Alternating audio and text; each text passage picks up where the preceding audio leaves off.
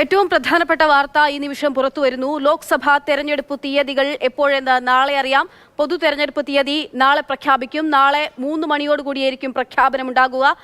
B Balagopal വിവരങ്ങളുമായുണ്ട്. Balu, അങ്ങനെ കാത്തിരുന്ന ദിനം എത്തുകയാണ്. നാളെ 3 മണിയോടുകൂടി അറിയാം എപ്പോൾ പൊതു തെരഞ്ഞെടുപ്പ് നടക്കുമെന്ന്. വിശദാംശങ്ങൾ. അക്ഷയ, ഇന്ന് തെരഞ്ഞെടുപ്പ് കമ്മീഷന്റെ സമ്പൂർണ്ണ യോഗം ഡൽഹിയിൽ ചേർന്നിരുന്നു. ഈ യോഗത്തിലാണ് നാളെ വൈകിട്ട് 3 മണിക്ക് തെരഞ്ഞെടുപ്പ് തീയതികൾ ഔദ്യോഗികമായി പ്രഖ്യാപിക്കുന്നതിനുള്ള തീരുമാനമുണ്ടായിരിക്കുന്നത്. പൊതു തെരഞ്ഞെടുപ്പ് നടത്തുന്നതിനുള്ള വിലയിരുത്തലായിരുന്നു ഇന്ന് ചേർന്ന യോഗത്തിലുണ്ടായിരുന്നത്. ഇന്നത്തെ യോഗത്തിലാണ് പുതുതായി തെരഞ്ഞെടുക്കപ്പെട്ട ഈ തെരഞ്ഞെടുപ്പ് കമ്മീഷണർമാരായ ജ്ഞാനേഷ് കുമാറും SS സന്ധുവും പങ്കെടുത്തിരുന്നത്. ഈ യോഗത്തിൽ മുഖ്യ തെരഞ്ഞെടുപ്പ് കമ്മീഷണർ രാജീവ് കുമാർ ഇതുവരെ നടന്ന തെരഞ്ഞെടുപ്പ് ഒരുക്കങ്ങളെ സംബന്ധിച്ചുള്ള ഈ കമ്മീഷന്റെ വിലയിരുത്തലുകൾ അറിയിക്കുകയാണ് ഉണ്ടായത്. കഴിഞ്ഞ 1.5 മാസമായി തെരഞ്ഞെടുപ്പ് കമ്മീഷൻ വിവിധ സംസ്ഥാനങ്ങൾ സഞ്ചരിച്ചുകൊണ്ട് ഈ തെരഞ്ഞെടുപ്പ് ഒരുക്കങ്ങളെ സംബന്ധിച്ചൊക്കെയുള്ള വിശദമായ വിലയിരുത്തലുകൾ നടത്തിയിരുന്നു. ഈ വിലയിരുത്തലുകൾ ഇന്ന് ചേർന്ന സമ്പൂർണ്ണ ഈ യോഗത്തിൽ അവതരിപ്പിക്കുകയും തുടർന്ന് നാളെ ഇത് സംബന്ധിച്ചുള്ള ഔദ്യോഗിക പ്രഖ്യാപനം നടത്തുവാനുമാണ് തീരുമാനിച്ചിരിക്കുന്നത്. പൊതു തെരഞ്ഞെടുപ്പ് പ്രഖ്യാപനം വളരെ വിപുലമായി തന്നെ നടത്തുവാനാണ് ഇപ്പോൾ കേന്ദ്ര തെരഞ്ഞെടുപ്പ് കമ്മീഷന്റെ തീരുമാനം. ഡൽഹിയിലെ വിജ്ഞാൻ ഭവനിൽ വെച്ച് ആയിരിക്കും ഈ പ്രഖ്യാപനം നടത്തുവാൻ വേണ്ടി പോകുന്നത്. 2019 ലോക്സഭാ തെരഞ്ഞെടുപ്പ് 7 ഘട്ടങ്ങളായാണ് നടത്തിയിരുന്നത്. ഇത്തവണയും 7 ഘട്ടങ്ങളായി ഈ തെരഞ്ഞെടുപ്പ് നടത്തുന്നതിനുള്ള സാധ്യതകളാണ് കമ്മീഷൻ ആലോചിക്കുന്നത്, കമ്മീഷന്റെ പരിഗണനയിലുള്ളത് എന്നതാണ് ലഭിക്കുന്ന വിവരം. ഏറ്റവും സുപ്രധാനമായ കാര്യം ജമ്മു കാശ്മീർ നിയമസഭാ തെരഞ്ഞെടുപ്പിന്റെ സംബന്ധിച്ചുള്ള തീയതിയും ഒരുപക്ഷെ നാളെ കമ്മീഷൻ പുറപ്പെടുവിക്കാനാണ് സാധ്യത. കാരണം കഴിഞ്ഞ ദിവസം മുഖ്യ തെരഞ്ഞെടുപ്പ് കമ്മീഷണർ രാജീവ് കുമാർ ഈ ജമ്മു കാശ്മീർ സന്ദർശിക്കുകയും അവിടുത്തെ രാഷ്ട്രീയ പാർട്ടികളൊക്കെയായി ഈ തെരഞ്ഞെടുപ്പ് നടത്തുന്നതിനുള്ള സാധ്യതകളെ സംബന്ധിച്ച് ആരായുകയും ചെയ്തിരുന്നു. വിവിധ സുരക്ഷാ ഏജൻസികൾ ഉൾപ്പെടെയുള്ളവരുടെ അഭിപ്രായം കൂടി കണക്കിലെടുത്തുകൊണ്ടതിന് ശേഷമാണ് ഇക്കാര്യത്തിൽ കമ്മീഷൻ ഒരു അന്തിമ തീരുമാനമെടുക്കുക. ഏതാണ്ട് ഒരാഴ്ചയ്ക്ക് മുമ്പ് കേന്ദ്ര ആഭ്യന്തര മന്ത്രാലയത്തിലെ ഉദ്യോഗസ്ഥരുമായി കമ്മീഷൻ ഈ തെരഞ്ഞെടുപ്പ് ഒരുക്കങ്ങളെ സംബന്ധിച്ച് ചർച്ച ചെയ്തിരുന്നു. ഏതാണ്ട് 13,000-ഓളം കേന്ദ്ര സേനാ അംഗങ്ങളെയാണ് 2024 ഈ ലോക്സഭാ തെരഞ്ഞെടുപ്പിന്റെ സുരക്ഷയ്ക്കായി വിന്യസിക്കാൻ വേണ്ടി തീരുമാനിച്ചിരിക്കുന്നത്. ആ സുരക്ഷാ വിന്യാസം സംബന്ധിച്ചൊരു ബ്ലൂ പ്രിന്റ് ഇതിനോടകം തന്നെ കമ്മീഷൻ തയ്യാറാക്കുകയും ചെയ്തിട്ടുണ്ട്. തുടർന്നാണ് നാളെ ഇത് സംബന്ധിച്ചുള്ള ഔദ്യോഗിക പ്രഖ്യാപനം നടത്തുവാൻ വേണ്ടി ഇപ്പോൾ കമ്മീഷൻ തീരുമാനിച്ചിരിക്കുന്നത്. ലഭിക്കുന്ന സൂചനകൾ പ്രകാരം ഏപ്രിൽ 2-ാം വാരത്തോടുകൂടി ഈ തെരഞ്ഞെടുപ്പ് പ്രക്രിയ ആരംഭിച്ച് മെയ് 3-ാം വാരത്തിൽ അവസാനിക്കുന്ന തരത്തിലുള്ള ഒരു ഷെഡ്യൂളാണ് ഇപ്പോൾ കമ്മീഷൻ തയ്യാറാക്കിയിരിക്കുന്നതെന്നാണ് ഈ കമ്മീഷൻ വൃത്തങ്ങളിൽ നിന്ന് ലഭിക്കുന്ന വിവരം. കാരണം ഇത് വിജ്ഞാപനം ഇറക്കി കഴിഞ്ഞാൽ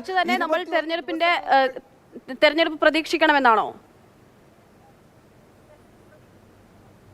ഏപ്രിൽ 2-ാം വാരം ആദ്യഘട്ട തെരഞ്ഞെടുപ്പ് ഉണ്ടാകുമെന്ന സൂചനകളാണ് നമുക്ക് കഴിഞ്ഞ ദിവസങ്ങളിൽ ഈ കമ്മീഷനിൽ നിന്ന് ലഭിച്ചിരുന്നത്. കാരണം 2019-ലും സമാനമായ രീതിയിൽ ഏപ്രിൽ 2-ാം വാരം ആരംഭിച്ച മെയ് 3-ാം വാരം ഈ തെരഞ്ഞെടുപ്പിൻ്റെ മുഴുവൻ പ്രക്രിയകളും അവസാനിക്കുന്ന തരത്തിൽ, അതായത് വോട്ടെടുപ്പ് മുതൽ വോട്ടെണ്ണൽ വരെ, ഈ നാമനിർദ്ദേശ വിജ്ഞാപനം ഇറക്കുന്നത് മുതൽ ഈ വോട്ടെണ്ണൽ വരെയുള്ള എല്ലാ നടപടികളും ഈ പൂർത്തീകരിക്കുന്നതിനുള്ള ഒരു ക്രമീകരണം ആണ് കമ്മീഷൻ ഇപ്പോൾ പരിഗണിക്കുന്നതെന്നാണ് ലഭിക്കുന്നത് വിവരം. പക്ഷേ അത് സംബന്ധിച്ച ഒരു ഔദ്യോഗിക പ്രഖ്യാപനം നാളെ ഉണ്ടാകുകയുള്ളൂ. അതുവരെ നമുക്ക് ഈ തീയതി സംബന്ധിച്ചുള്ള കാത്തിരിക്കണം. ഏതായാലും ഈ വിജ്ഞാപനം ഇറങ്ങിക്കഴിഞ്ഞാൽ 21 ദിവസങ്ങൾക്ക് ശേഷമാണ് ഈ വോട്ടെടുപ്പ് നടക്കാൻ വേണ്ടി കഴിയുള്ളൂ. അതുകൊണ്ട് തന്നെ സ്വാഭാവികമായും നാളെ ഈ പ്രഖ്യാപനം ഉണ്ടാകുകയാണെങ്കിൽ അടുത്ത 1-2 ദിവസങ്ങൾക്കുള്ളിൽ തന്നെ 1-ാം ഘട്ട തെരഞ്ഞെടുപ്പിനുള്ള വിജ്ഞാപനം പുറത്തു വരും. അങ്ങനെ വരികയാണെങ്കിൽ ഇപ്പോൾ 2-ാം വാരം ഏപ്രിൽ 2-ാം വാരം തെരഞ്ഞെടുപ്പ് നടക്കുകയാണെങ്കിൽ നമ്മൾ ഇപ്പോൾ തന്നെ നോക്കുമ്പോൾ നാളെ 16-ാം തീയതിയാണ് തെരഞ്ഞെടുപ്പ് തീയതി പ്രഖ്യാപിക്കുന്നത്. പിന്നീട് ഒരു 21 ദിവസത്തെ ഒരു കാലയളവ് വേണ്ടി വരുമല്ലോ. അപ്പോൾ തന്നെ ഒരുപക്ഷെ നാളെ ഈ തെരഞ്ഞെടുപ്പ് തീയതി പ്രഖ്യാപിക്കുന്നതിനൊപ്പം തന്നെ ആദ്യഘട്ട വിജ്ഞാപനവും ഉണ്ടാകാനുള്ള സാധ്യതയും കാണാൻ പറ്റുമോ ബാലു?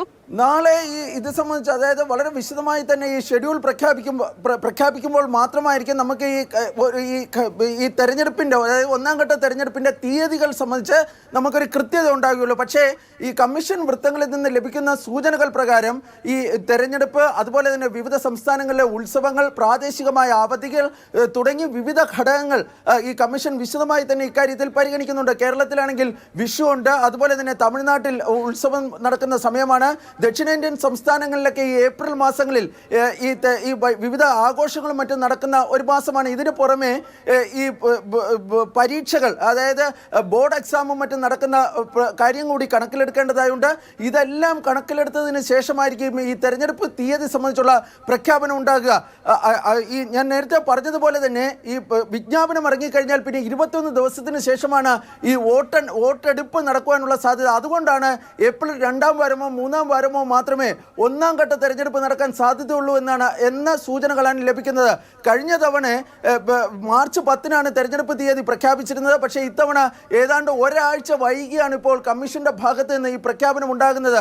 നമുക്കറിയാം, കമ്മീഷനിൽ നിന്ന് രണ്ട് ഒഴിവുകൾ ഉണ്ടായി, ഒരംഗത്തിന്റെ അപ്രതീക്ഷിതമായ രാജിയുണ്ടായി. ഇതൊക്കെ തുടർന്നാണ് ഈ കഴിഞ്ഞ ദിവസങ്ങളിൽ, അതായത് ഈ ജമ്മു കാശ്മീർ സന്ദർശനം കഴിഞ്ഞ് തൊട്ടടുത്ത ദിവസം കമ്മീഷൻ ഈ പ്രഖ്യാപനം നടത്തുവാനായിരുന്നു നേരത്തെ തീരുമാനിച്ചിരുന്നത്. അതിപ്പോൾ ഈ 2-3 ദിവസം കൂടി വൈകിയിരിക്കുന്നത്. അതുകൊണ്ട് തന്നെ ഈ 1-ാം ഘട്ട ഷെഡ്യൂളിൽ 1-ാം ഘട്ട വോട്ടെടുപ്പ് തെരഞ്ഞെടുപ്പ് കമ്മീഷണർമാരുടെ നിയമനത്തിലൊക്കെ വലിയ രീതിയിലുള്ള വിമർശനം കോൺഗ്രസിന്റെ ഭാഗത്ത് നിന്നൊക്കെ ഉണ്ടാകുന്നുണ്ട്. അപ്പോൾ ഇനി നാളെ ഈ പറഞ്ഞതുപോലെ തന്നെ നിലവിൽ തന്നെ വൈകിയിരിക്കുന്നു പൊതു തെരഞ്ഞെടുപ്പ് തീയതി പ്രഖ്യാപിക്കുന്നത്. അപ്പോൾ തെരഞ്ഞെടുപ്പിലേക്കുള്ള പ്രചാരണത്തിനുള്ള നാളുകളുടെ എണ്ണം കുറയാനുള്ള ഒരു സാധ്യതയുണ്ട്. അപ്പോൾ ആ തരത്തിലൊരു വിമർശനമൊക്കെ ഉണ്ടാകാനുള്ളൊരു സാധ്യത നമ്മൾ മുന്നിൽ കാണേണ്ടതുണ്ടോ? പക്ഷേ അങ്ങനെ നമുക്കിപ്പോൾ ഈ ഘട്ടത്തിൽ പറയാൻ വേണ്ടി കഴിയില്ല. കാരണം എങ്ങനെ വന്നു കഴിഞ്ഞാലും വിജ്ഞാപനം ഇറങ്ങിക്കഴിഞ്ഞാൽ ഒരാഴ്ച നാമനിർദ്ദേശ പത്രിക സമർപ്പിക്കാനുള്ള സമയം അനുവദിക്കും. പിന്നെ 2 ആഴ്ചത്തെ ഈ പരസ്യ പ്രചാരണത്തിനുള്ള സമയം അനുവദിക്കുന്നതായിരിക്കും. അതൊക്കെ ഈ ചട്ടങ്ങളിൽ വ്യവസ്ഥ ചെയ്യുന്നുണ്ട്. അപ്പോൾ ഒരു പക്ഷേ നേരത്തെ നിശ്ചയിച്ചതിനേക്കാളും 1-2 ദിവസം വൈകിയുള്ള ഒരു പ്രഖ്യാപനം, അല്ലെങ്കിൽ വൈകിയുള്ള ഒരു 1-ാം ഘട്ട തെരഞ്ഞെടുപ്പിനെ സംബന്ധിച്ച് 1-ാം ഘട്ടത്തിൽ മാത്രമാണ് ആ പ്രതിസന്ധി ഉണ്ടാകാൻ വേണ്ടി പോകുന്നത്. അത് ചെറിയ ഏറ്റക്കുറച്ചിലുകളൊക്കെ ഉണ്ടാകാനുള്ള സാധ്യത മാത്രമാണ് നിലനിൽക്കുന്നത്. പക്ഷേ കമ്മീഷൻ വൃത്തങ്ങൾ പറയുന്നത് ഏപ്രിൽ 2-ാം വാരമോ 3-ാം വാരമോ തന്നെ ഈ 1-ാം ഘട്ട തെരഞ്ഞെടുപ്പ് നടത്താൻ വേണ്ടി കഴിയും. തുടർന്ന് ഈ സുരക്ഷാ സേനകളുടെ വിന്യാസമൊക്കെ അതിനനുസരിച്ച് നടത്തിക്കൊണ്ട് മറ്റ് ഘട്ടങ്ങളെല്ലാം തന്നെ മെയ് 3-ാം വാരത്തിനുള്ളിൽ ഈ എല്ലാ നടപടിക്രമങ്ങളും പൂർത്തീകരിക്കുന്ന തരത്തിലുള്ള ഒരു ഷെഡ്യൂളിനാണ് നേരത്തെ ഈ കമ്മീഷൻ ആലോചിച്ചിരുന്നത്. സംസ്ഥാന തെരഞ്ഞെടുപ്പ് കമ്മീഷനുകളുമായി നടത്തിയ ചർച്ചയിലും അത്തരമൊരു നിർദ്ദേശമായിരുന്നു കമ്മീഷന്റെ ഭാഗത്തു നിന്നുണ്ടായിരുന്നത്. ഏതായാലും വളരെ രഹസ്യാത്മകമായി നടക്കുന്ന കാര്യങ്ങളാണ്. അതുകൊണ്ട് തന്നെ ഈ തീയതികൾ സംബന്ധിച്ചുള്ള കാര്യത്തിൽ ഒരു ഔദ്യോഗികമായ ഒരു പ്രഖ്യാപനം ഉണ്ടാകുന്നതുവരെ നമുക്ക് കാത്തിരിക്കേണ്ടി വരും.